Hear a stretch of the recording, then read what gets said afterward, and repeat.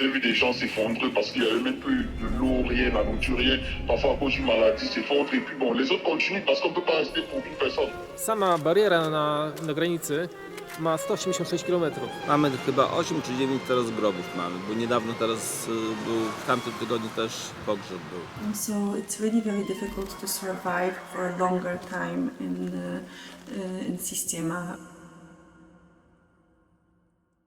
Salut, Alexandre Grigorievitch Loukachenko, né dans le petit village de Kopis en URSS en 1954. Il suit des études d'histoire puis s'engage rapidement dans l'armée aux côtés des gardes frontières, démontrant rapidement son engagement patriotique en devenant même secrétaire du comité local du Komsomol, les jeunesses soviétiques. Entre 1970 et 1990, il sera tantôt président d'une sovkhoz, une ferme soviétique, puis directeur d'une usine de construction. Lorsqu'en 1991 la Biélorussie devient indépendante à la chute du bloc soviétique, il se dégote un poste de député au Conseil suprême du pays tout en dirigeant son comité anticorruption. Mais c'est en 1994 qu'il va réellement devenir incontournable. Cette année-là, la Biélorussie adopte une nouvelle constitution dont elle prévoit pour la première fois de sa courte histoire l'élection d'un président pour diriger le nouvel État. Et Loukachenko, alors âgé de 40 ans, remportera, à la surprise un peu générale, ces élections démocratiquement, devenant ainsi au passage le premier président de la jeune République de Biélorussie. Sans perdre de temps, après seulement 2 ans de présidence, en 96, il proposera un référendum pour accroître son pouvoir. Et déjà, les opposants au oui sont sévèrement réprimés. Ce sont les débuts d'une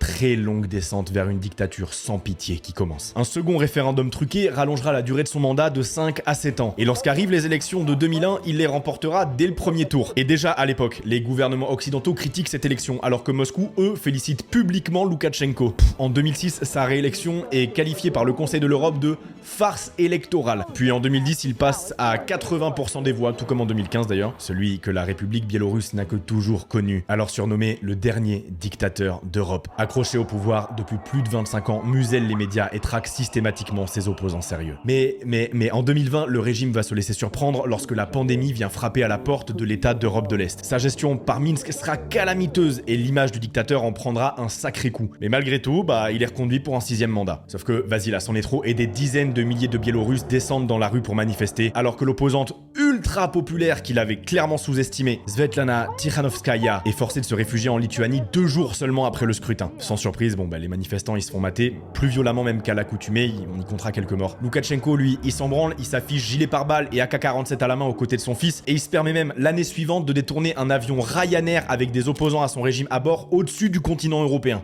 Voilà, là ça commençait peut-être un peu à faire beaucoup, et les occidentaux condamneront à nouveau, à la mesure des événements cette fois-ci. Eux aussi, plus fermement qu'à l'habitude. Des sanctions sans précédent seront prises contre le régime de Minsk et ses têtes pensantes. Et ça marche, Loukachenko il a bien le seum, sauf qu'il sait qu'il peut pas répondre par les armes, sans quoi il serait littéralement atomisé par l'OTAN. Alors il va chercher une autre manière de faire chier l'Union européenne, et il va appuyer sur le point qui cristallise le plus les tensions à Bruxelles, l'immigration. Son idée, elle est très simple. Faire venir gratuitement, aux frais du dictateur, des centaines, des milliers d'hommes, de femmes et d'enfants d'Afghanistan, du Yémen, de Syrie, d'Irak, en fait de n'importe quel pays en crise que ces gens cherchent à fuir, jusqu'à sa capitale, Minsk, où des bus les attendraient à la sortie même de l'aéroport pour les conduire aux portes de l'Union. On est alors à ce moment-là au printemps 2021, et les gardes frontières lettons, lituaniens et surtout polonais voient petit à petit débarquer des profils qu'ils ne croisaient jamais là auparavant, jusqu'à ce qu'au début de l'hiver, la situation devienne littéralement incontrôlable. C'est l'impasse aux portes de l'Europe depuis plusieurs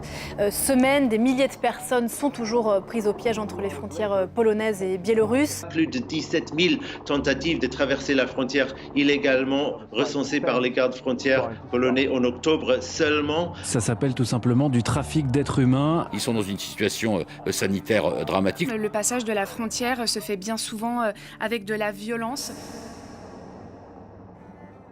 Ouais non, les images sont vraiment ultra impressionnantes. À l'époque, on en parle assez peu dans les médias français, en vrai, ça reste un peu timide. Je sais pas, après peut-être que vous en aviez entendu parler, mais pourtant la crise, elle durera plusieurs mois, et en novembre, au point culminant de la situation, ce sont des milliers de migrants qui s'amasseront devant des murs de gardes frontières et de militaires. Sauf qu'au début de l'hiver, le froid il est impardonnable là-bas, et plusieurs personnes y mourront, au milieu de nulle part. Mais surtout, avec cette action biélorusse, on assiste pour une des premières fois de cette ampleur à une nouvelle forme de guerre hybride. Une qui consiste à utiliser des flux migratoires, des vies humaines, comme arme contre son adversaire. Et puis, la situation va se calmer. En tout cas, Loukachenko, il arrêtera d'affréter gratuitement des migrants jusqu'à sa capitale, mais c'est trop tard, le mal est fait. L'information s'est d'ores et déjà répandue qu'il existe une voie à l'est pour rentrer dans l'Union européenne. Et un business de passeurs encouragé par la dictature se met alors en place. Et dans tout ça, la Pologne à ce moment-là dirigée par un parti d'extrême droite, le PiS, et son président Andrzej Duda décident d'apporter une solution radicale au problème. Mettre 350 millions d'euros sur la table pour construire un mur comme l'Union n'en a jamais connu d'aussi impressionnant. Ah oui non, on s'est foutu des Américains qui tirent sur des tornades et construisent une barricade avec le Mexique là. Mais sur au moins un de ces deux sujets, on a fait exactement pareil. Et c'est là-bas, à l'extrême est de l'Union européenne, que je me suis rendu pour filmer ce qui est probablement aujourd'hui la zone la plus surveillée d'Europe.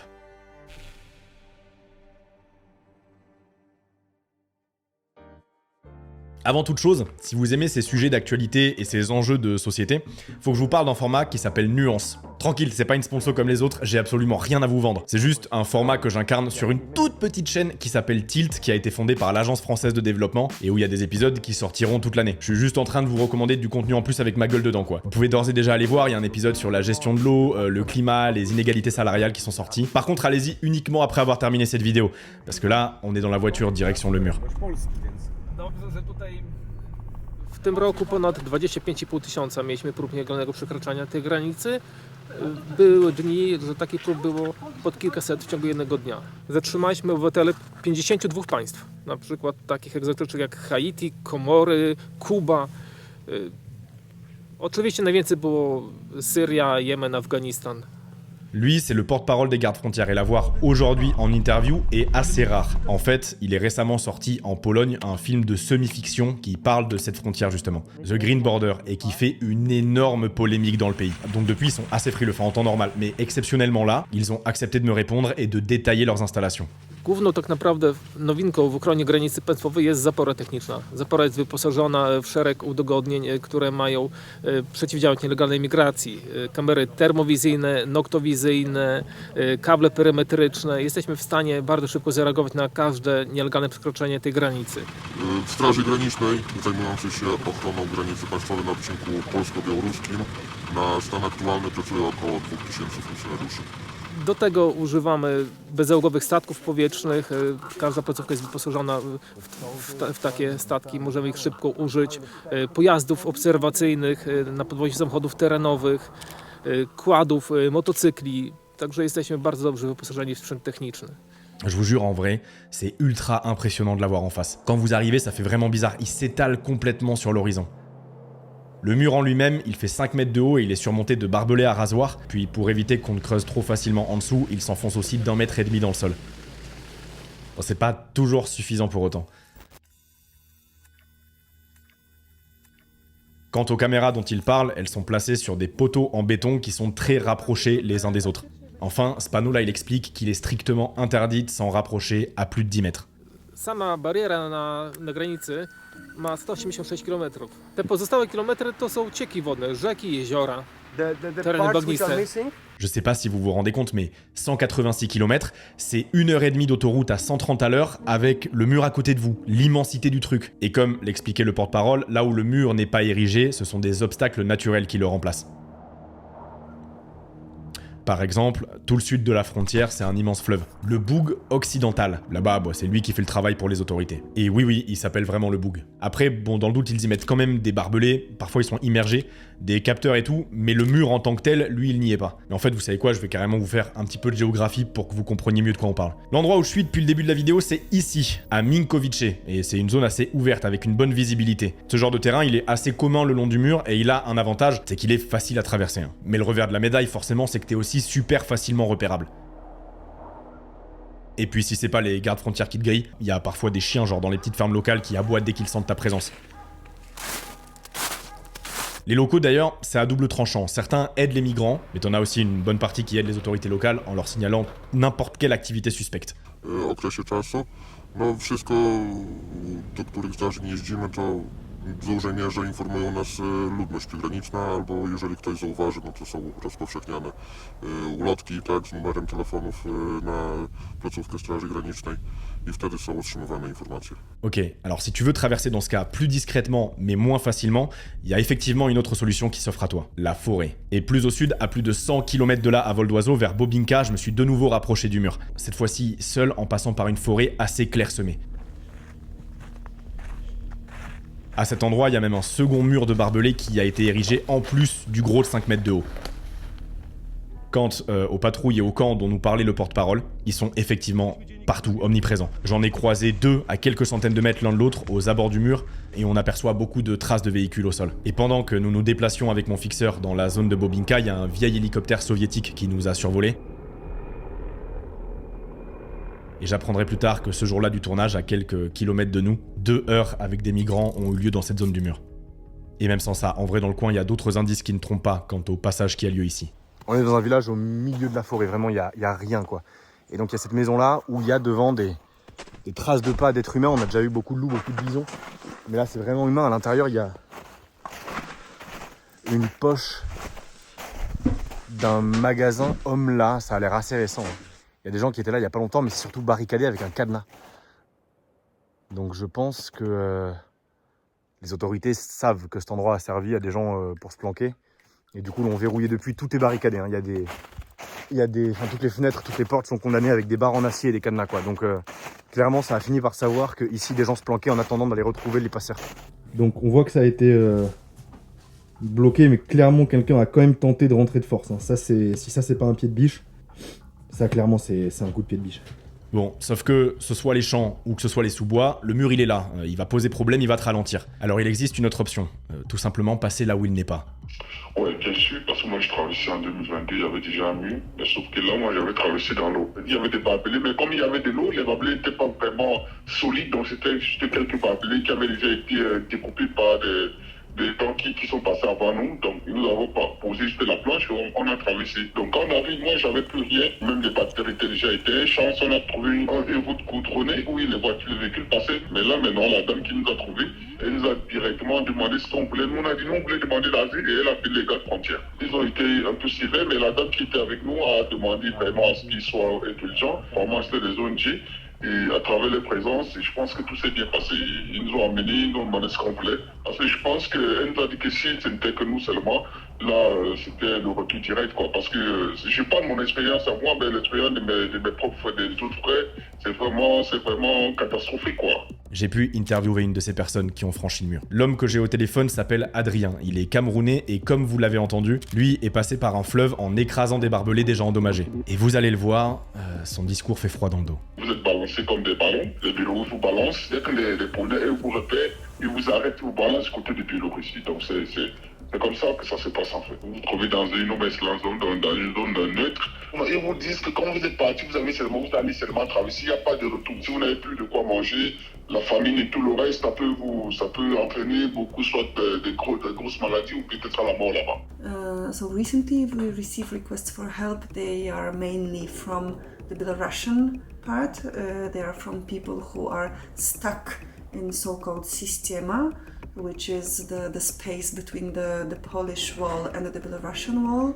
Yeah, so my name is Aleksandra Chrzanowska. I work for the Association for Legal Intervention, which is a part of Grupa Granica, the social movement of people, organizations, local inhabitants who for more than 2 years now have been trying to help people on the move, to help them to survive in the forests. Lorsqu'Adrien a été repéré après avoir franchi le mur, c'est une personne comme Alexandra qui l'a trouvé en premier. Une personne d'un groupe humanitaire qui opère dans le coin et qui essaye de venir en aide aux personnes qui traversent. Et Grupa Granica, dont Alexandra fait partie, est l'un d'entre eux. Alors juste pour précision, ils fournissent juste de quoi survivre aux migrants, de quoi apaiser leur détresse. Et ce que ces derniers veulent faire ensuite, poursuivre seuls, appeler les autorités, ça reste leur choix. Ces humanitaires, vous allez le voir, leur aide elle est vraiment importante. Parce que, je sais pas si vous avez fait attention, mais Alexandra mentionne quelque chose appelé Sistema. La même chose qu'Adrien lui qualifie de No Man's Land. Et tenez-vous bien, parce que là on va vraiment parler de l'enfer sur Terre. Ok, naturellement, avant que la Biélorussie n'encourage l'immigration illégale, comme tous les pays,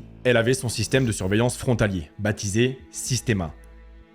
On parle donc de barbelés, de patrouilles canines, de caméras, etc. Et entre Systema et le mur polonais, la distance elle peut varier de quelques dizaines de mètres à plusieurs kilomètres en fonction d'où on se trouve sur la frontière. Sauf qu'aujourd'hui, le rôle de Systema est bien différent de ce qu'il était auparavant. They suffer from violence on both sides, but if they compare the violence they suffer from the Polish border guards or soldiers, they say it's nothing if you compare it with what they suffer from the Belarusian forces. They don't have access to clean water at all, they don't have access to food. They rather tell us that if they have some water or food with them, the Belarusian forces, they steal it from them, and then if they want it back, they have to pay a lot of money for it. Yeah? So it's really very difficult to survive for a longer time in Systema. Les Biélorusses, quand ils vous arrêtent, soit ils vous dépouillent vraiment complètement de tout ce que vous avez. They report that they are beaten, that they are chased by dogs, and quite often we can see the wounds after the dog's bites on their bodies. Ils ont des chiens, lorsque vous essayez de traverser de leur côté, directement le mur, le barrière d'un signal, et puis bon, ils amènent vers vous les chiens, et les chiens vous montent quoi. Sur les pieds, sur les bras, c'est compliqué. They are threatened by weapons, and sometimes they say that the Belarusian forces that they shoot towards them to either to frighten them or to force them to cross the Polish border. Quand ils vous arrêtent comme ça, ils vous forcent, donc ils ont des armes à feu à main, donc ils vous forcent d'entrer du côté de Pologne, même en présence des soldats polonais, même quand les soldats polonais sont à l'été. Donc ils vous forcent, ils vous bottent avec les gros chaussures, ils vous disent vous ne traversez pas, je tire sur vous. Donc c'est compliqué. Et maintenant du côté de Pologne, parfois quand ils voient ça, ils peuvent vous faire des tirs de sommation, donc des tirs pour vous dire arrêtez, ne courez pas. Eux aussi tirent en haut, donc ils tirent en l'air, ils tirent plusieurs fois en l'air. Ça fait que c'est un traumatisme quoi. They play the executions. Yes, sometimes they force them to dig their graves, and they say if you don't manage to cross the border, you will be buried here in the grave you digged for yourself.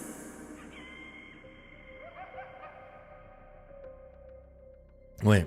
Aujourd'hui, Systema sert de barrière de non-retour. Les Biélorusses ne vous empêcheront certainement pas d'aller à la frontière, mais une fois que vous êtes entre Systema et le mur, à moins de payer très cher, ils ne vous laisseront pas faire marche arrière. Et survivre coincé là-bas est hardcore. Ça peut durer des jours, des semaines, voire certaines fois des mois. C'est pour ça que quand le porte-parole des gardes frontières vous parlait de 25 000 tentatives, ça ne représente pas 25 000 personnes, mais des gens qui essayent encore et encore jusqu'à l'épuisement s'ils ne veulent pas mourir entre ces deux lignes de défense. Moi déjà personnellement, c'était pas la première fois, donc j'ai fait pratiquement 4 fois. We meet a person who tells us, okay, it's my first time in Poland, I've just crossed the border, and this person is in a quite a good health state, maybe a little bit tired, they need food, water and dry clothes.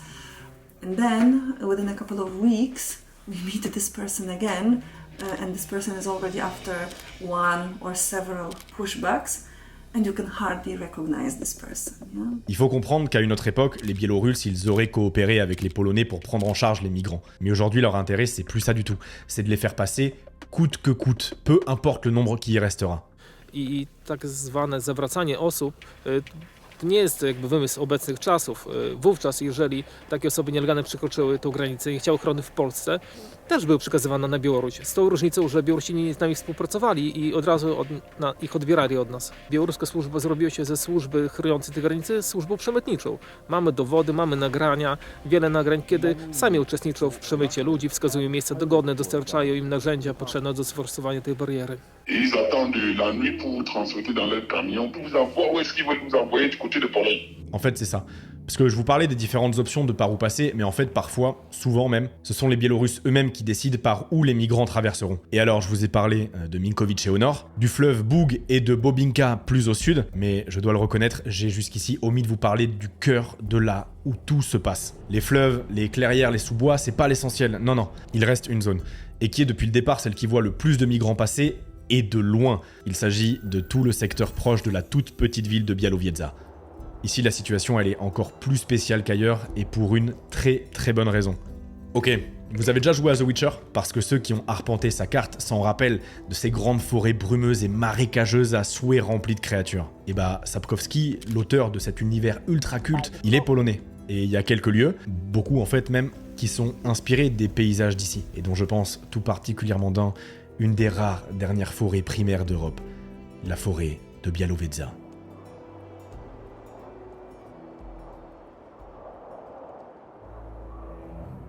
Cette forêt, elle est ici, donc pile au milieu de notre frontière, sur une superficie de plus de 140 000 hectares, et coupée en deux entre les deux pays aujourd'hui en froid. Et alors pourquoi est-ce qu'elle serait aussi importante pour les migrants? Eh bien parce qu'elle est bien plus dense que toutes les autres que vous pourrez trouver ailleurs sur le mur. Mais mieux encore, en son cœur se trouve une forêt dans la forêt. Une zone d'une centaine de kilomètres carrés du côté polonais qui, quand j'étais sur place, je m'amusais à appeler la forêt interdite. Je vous parle d'un espèce de carré de territoire qui est une réserve naturelle nationale verrouillé. Un parc dont aucun touriste, même aucun local, n'a le droit de pénétrer à l'exception d'un petit sentier s'enfonçant sur quelques centaines de mètres dans le bois, et encore uniquement accompagné d'un guide. Forcément là on y trouve une vie sauvage ultra développée, remplie d'élans, de loups, de renards, et surtout de la plus grosse population de bisons d'Europe. Oui non, moi non plus, avant ce tournage, je savais même pas qu'on avait des bisons de ce côté de l'Atlantique. Normalement ils se déplacent en troupeau, mais ça arrive qu'il y en ait quelques-uns qui jouent les solitaires en dehors du bois. Je sais pas si on va bien voir, mais on est vraiment en train de rouler. Et sur le côté, là-bas, au fond dans le champ, je sais pas si on va le voir, il y a un bison européen. Et ici, c'est genre vraiment commun de croiser des bisons européens, des bisons quoi. Et ça arrive que les militaires, lorsqu'ils patrouillent, en défoncent avec leurs véhicules. Donc il y a aussi une question environnementale qui se pose. Je crois qu'il y en a vraiment régulièrement qui sont tués parce qu'ils se font renverser par des camions. Mais ouais, il y a une grosse problématique écologique évidemment dans le coin avec tous les militaires, la barrière qui coupe littéralement toute la vie sauvage de pouvoir passer d'un endroit à l'autre. L'écologie, ça pourrait être un sujet entier, hein, tant des arbres ont été coupés, que des dizaines d'espèces sont perturbées, mais c'est encore autre chose. Mais voilà, je voulais quand même vous en faire une mention pour que vous y pensiez. Mais enfin bref, donc au-delà d'être un sanctuaire pour nos animaux, à l'abri théoriquement des véhicules et de l'homme, bah cette réserve naturelle, c'est aussi du pain béni pour les migrants s'ils veulent rester discrets sur des dizaines de kilomètres une fois le mur franchi. Et c'est là, dans ce petit carré protégé, dans une forêt primaire déjà abîmée, coupée en deux, que le pire se passe. Et Alexandra, de Grupa Granicja, m'a emmené faire quelques pas jusqu'au mur depuis le bord de cette réserve interdite.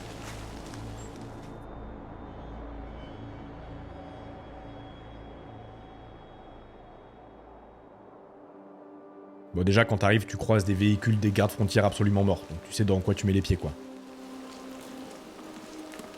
Et en fait, il y a un truc qui sera toujours ultra frustrant, c'est qu'à l'image, jamais vous ne pourrez réaliser à quel point c'est une galère. Le sol est glissant, instable au possible, tout est humide. Le nombre d'arbres morts avec des branches cassées qui font de parfaits obstacles pour se blesser est incalculable. Et là on a fait quoi? Max 1 km dans la forêt. Imaginez maintenant à quoi ça ressemble au cœur 20 km plus loin. Inutile de mentionner évidemment que beaucoup de migrants traversent ça de nuit pour plus de discrétion. Non, bien entendu, souvent pas non plus de quoi s'aiguiller, enfin je vous laisse imaginer l'enfer que ça peut être. Puis t'es jamais à l'abri de tomber sur un troupeau de n'importe quoi, de bisons, pour peu que tu sois pas déjà pourchassé par les gardes frontières. Et là, tu le sens, qu'on est au cœur de ce qui se passe ici, parce qu'il se passait pas 100 mètres sans que nous trouvions des sacs de couchage abandonnés. Oh, it is like sleeping bags, yeah? Des imperméables. Des paires de chaussures.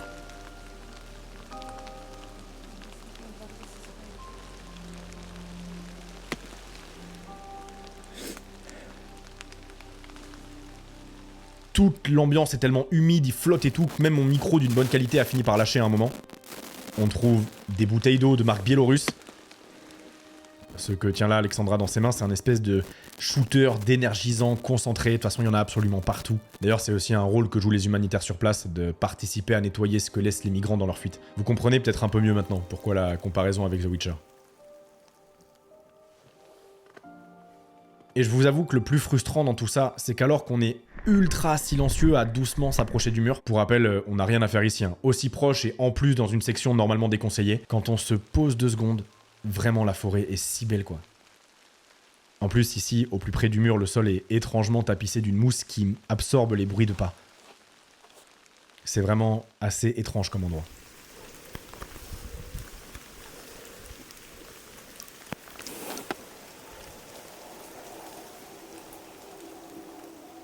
Donc maintenant que vous connaissez ce qu'il y a avant de le mur, et vraiment toutes les options de terrain qui se présentent au bord de la frontière, on a encore qu'à peine évoqué ce qui leur arrive s'ils parviennent à le franchir et atterrissent en Pologne. Oui non, parce que ça aurait été trop facile que le cauchemar s'arrête là. Ok, dans certains cas pour les plus fortunés, les migrants ont déjà payé les services d'un passeur qui les attendent quelque part en voiture et qu'ils doivent rejoindre pour ensuite s'enfoncer rapidement dans le pays. Mais même dans ce cas de figure, tout ne se passe pas toujours comme prévu.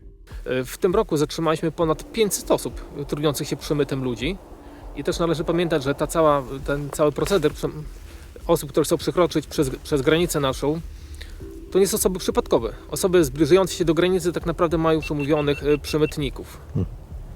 Często ci też przemytnicy stwarzają realne zagrożenie. Mieliśmy kilka wypadków śmiertelnych, nawet w tym roku.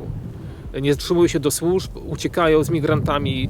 Kilka miesięcy temu 2 z migrantów zginęło w takim wypadku. Muszę też przyznać, że zdecydowana większość osób, które przemycają tych migrantów, to są obywatele Ukrainy. Alors après, il y en a qui ont de la chance et qui parviennent à s'enfuir. Bon, bah pour eux, le problème, il est réglé ici. Mais d'autres se font aussi, évidemment, rattraper. Et du coup, lorsque tu es interpellé par les gardes frontières, il y a plusieurs choses qui peuvent se passer. Soit tu dis que tu veux rester en Pologne, que la Pologne est ta destination finale et que tu demandes l'asile ici, soit tu déclares vouloir aller ailleurs dans l'Union. Et là, légalement, ça va être plus compliqué pour toi. Jeżeli takiej osobie nic nie zagraża, to wtedy sprawdzamy, czy taka osoba chce pozostać w Polsce. Jeżeli wyrazi wniosek oficjalnie, że chce pozostać w Polsce i jej krajem docelowym była Polska, to przyjmujemy ochronę międzynarodową takich osób, ale też jeżeli jest taki przepis, jeżeli w Polsce złożą wniosek o ochronę międzynarodową, nie będą mogli wyjechać do Niemiec. Są zawróceni do Polski, więc dlatego oni to doskonale wiedzą. Więc to jest cały czas praktykowane. No, zdecydowana jednak większość, mogę powiedzieć 98%, twierdzi, że nie chce być w Polsce i woli się przedostać do Niemiec. Wówczas, zgodnie z obowiązującymi przepisami, takie osoby są zawracane na Białoruś. Dbamy też o ludzi, których spotykamy. Osoby, które są zawracane na Białoruś, są to zawsze osoby przez nas dobrze zaopatrzone i osoby w dobrym stanie zdrowia. No, it's not true. We have a lot of testimonies of people who report that they were pushed back in a very bad health condition. Almost all of them, they report that they had the pepper gas sprayed in their eyes. They also more and more often report the beating with the hands or with some weapons. They report that sometimes they are forced to take their clothes off and they are exposed to the cold weather for a long time, for many hours. I remember a guy a couple of weeks ago, he said that he was forced to take his clothes off and he was pushed back only in his underwear. Donc, t'as compris, si tu dis que tu veux aller ailleurs en Europe, ils te renverront de l'autre côté du mur. Mais si tu dis que tu veux rester en Pologne, tu seras techniquement coincé, mais ils doivent t'écouter et enclencher une procédure de demande d'asile. Sauf que dans les faits, beaucoup de migrants expliquent, comme Adrien que vous avez entendu, que même lorsque tu dis vouloir rester en Pologne, tu peux te faire rebalancer de l'autre côté du mur. Et là, difficile de faire des généralités, mais selon les associations humanitaires présentes sur place, nier des excès de zèle et des renvois illégaux de la part des gardes frontières polonais serait naïf. Vous avez entendu Adrien, selon lui, lors de sa 4e tentative, s'il n'avait pas d'abord été trouvé par une humanitaire, il aurait sûrement de nouveau été renvoyé. Ok, mais admettons qu'un migrant tombe sur un garde frontière qui fait bien son travail et l'écoute. Ou qu'un humanitaire soit présent, comme pour Adrien, et que la procédure de demande d'asile commence. Bah non, la galère n'est toujours pas terminée. J'ai une dégaine de chien mouillé, mais derrière, le bâtiment que vous voyez là, et même celui qui est derrière, et vraiment c'est un complexe qui est assez grand. En fait, c'est là où les réfugiés qui sont admis sont amenés en attendant qu'ils aient donc leur autorisation de séjour. Évidemment, c'est un endroit auquel on n'a pas accès. En tout cas, c'est là, c'est dans la ville la plus proche, Białystok. Donc de la frontière, la plus grosse ville la plus proche, et c'est vraiment immense. Hein. Il y a un bâtiment que je vais vous montrer qui est en briques rouges, c'est là-bas qu'ils gardent donc les réfugiés qui sont en demande d'asile. On a fait 6 mois dans un camp fermé. Je pense que nous on se contentait de ce qu'on avait. Donc moi j'étais pas dans les revendications, il n'y avait pas bien traité. Le reste, bon moi je ne m'attenais pas aux détails quoi. Il y avait plein de trucs qui faisaient les gens se révolter. C'est les chambres où vous êtes à moins, dedans vous êtes à moins 3, 4. Dans un camp fermé, vous n'avez pas le droit de voir le dehors, c'est plus qu'une prison en fait. Et vous n'avez pas un avocat, vous n'avez rien. On vous pose des questions, parfois des questions, vous répondez seulement, vous n'avez aucune idée de ce qu'on vous pose. On utilise ce que vous avez dit contre vous, sans que vous ne soyez même au courant. Adrien emploie le terme de prison. Et c'est pas le seul, j'ai pu rencontrer un autre humanitaire de Grupa Granicja à Białystok qui employait le même terme. Lui, il essaye d'aider les gens qui sont à l'intérieur de ce camp et qui ne peuvent pas en sortir. Il en existe comme ça 6 dans le pays. Les migrants y resteront un temps défini par un juge sur la base d'éléments que lui fourniront les gardes frontières. Certains restent là quelques semaines, d'autres plus d'1 an. Sauf que parfois, la durée de leur séjour ici n'est pas aussi longue que le temps que prend la procédure de demande d'asile pour être traitée. Alors dans ce cas-là, ils sont relâchés dans un logement fourni dédié par l'État en attendant. Mais là, effectivement, il faut bien accorder ça aux gardes frontières. Beaucoup L'écrasante majorité même ne désirant pas réellement rester en Pologne, reprennent aussitôt la route, quitte à retomber dans la clandestinité. Adrien, lui, a choisi l'autre option. Il n'a pas menti concernant ses intentions de rester en Pologne, en espérant que l'État lui accorde enfin l'asile. C'est d'ailleurs pour ça qu'ils préfèrent tous souvent rester anonymes et donner leur version par téléphone, pour pas se compromettre quoi. Ok. Donc jusque-là, je vous ai présenté plusieurs sorts possibles. Être renvoyé entre Systema et le mur, réussir à fuir plus loin en Europe, et être enfermé le temps de demander l'asile. Mais il en reste une, toute dernière, évidente, et pourtant dont on n'a pas encore parlé. We know about 53 confirmed deaths right now on both sides of the border. Że no niestety zdarzały się też przypadki śmiertelne. Tutaj niektórzy aktywiści czy jakieś inne osoby mówiły o kilkudziesięciu. Jednak prokuratura, policja potwierdza to samo co my. Jest udokumentowanych 20 kilka osób, które zmarły przy granicy.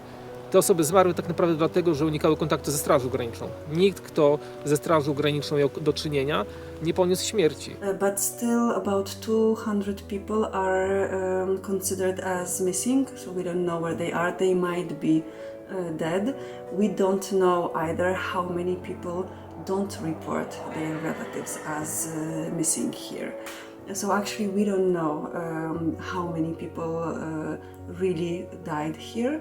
Je connais même un frère congolais qui est mort récemment, donc ça fait quelques mois. Je connais plein qui sont morts. Je connais même un Ougandais, un Camerounais aussi qui est mort aussi là-bas. Même en forêt là-bas, j'ai vu des gens s'effondrer parce qu'il n'y avait même plus de l'eau, rien, la nourriture, rien. Parfois à cause d'une maladie, s'effondrer. Et puis bon, les autres continuent parce qu'on ne peut pas rester pour une personne.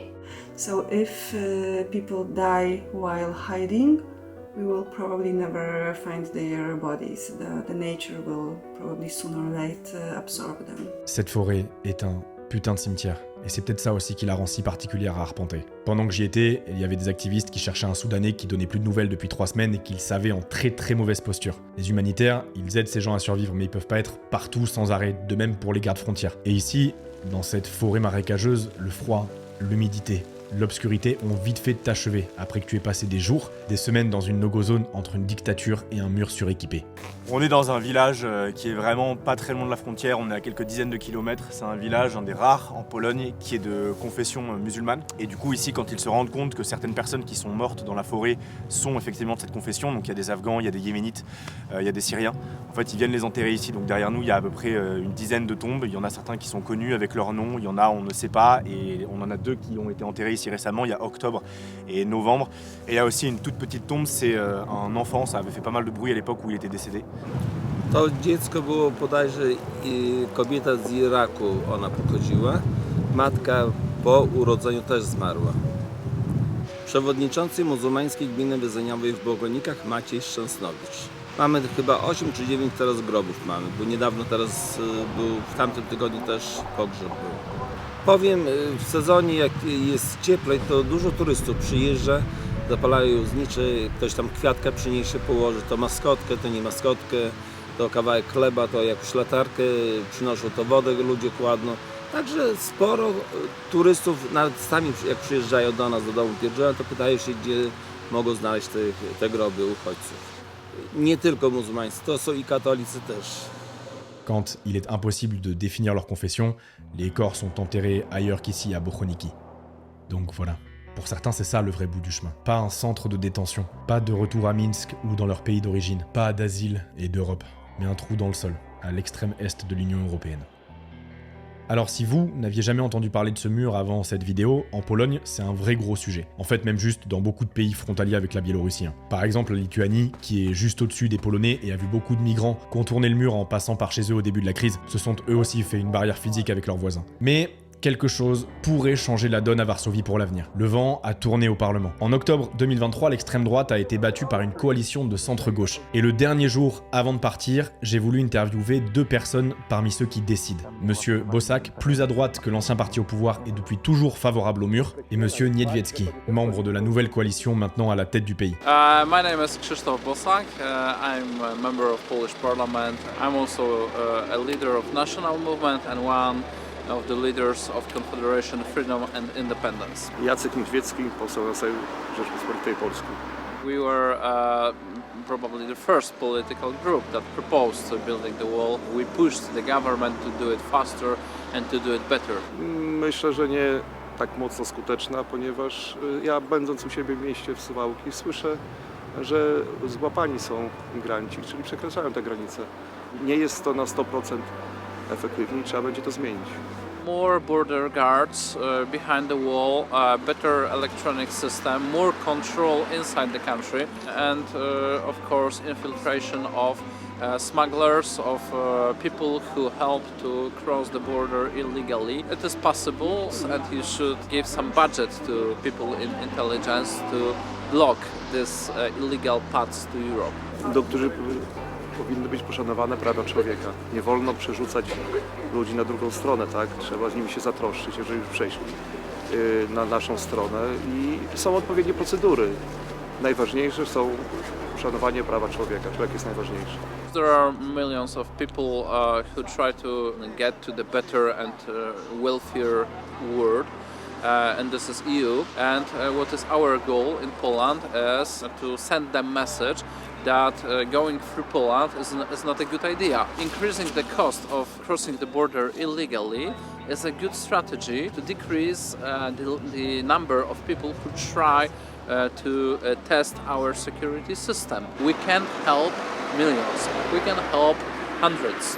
Na ten moment myślę, że ten mur jest potrzebny i nadal musi stać. Fences all over the world, they provoke more suffering. They make it more difficult for people to cross. They also feed the smuggling businesses. Yeah, I think that it's really time to realize that the migration is part of our reality and will be part of our reality.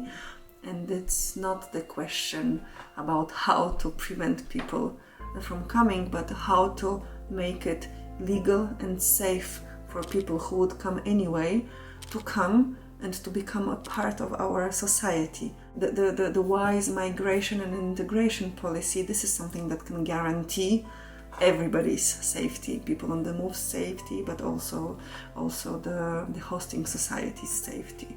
Not walls, but integration policies. Il y a donc deux visions, celle des humanitaires et d'une partie de la gauche polonaise qui considère que le mur n'engendrera que plus de souffrance et ne dissuadera personne, et celle de la droite polonaise qui estime que bien qu'il soit perfectible, il reste nécessaire face à la situation et est déjà un bon outil pour contrôler leurs frontières. Et la nouvelle coalition, elle est un peu à mi-chemin de ces deux opinions. Beaucoup souhaitent conserver le mur maintenant qu'il est là, tout en y limitant les excès de zèle et les mauvais traitements qui y sont souvent associés. À savoir maintenant si c'est seulement possible, l'avenir nous le dira. Pamiętajmy, że właśnie ochrona granicy państwowej, bezpieczeństwo tak naprawdę tej granicy państwowej stanowi o państwowości i niezależności danego kraju. Każdy kraj ma prawo bronić swojej granicy. Ten kraj, Polska, jest naszym domem. Juste que moi j'ai vu là-bas, c'est l'enfer total. Donc c'est vraiment l'enfer pour les personnes moins résistantes. Tu peux mourir là-bas. Même au pire ennemi, même tu pourrais jamais le conseiller là-bas. C'est que sans vous mentir, vous serez certainement choqués des atrocités qui se passent là-bas sur cette frontière. La situation en Pologne est compliquée. On parle d'une impasse où des humains servent d'armes offensives, d'une querelle entre un dictateur accroché comme une sangsue au pouvoir contre une alliance de 27 qui s'imagine bastion imprenable, mais où, in fine, ce sont bien des personnes déjà en détresse qui finissent d'y briser leurs espoirs.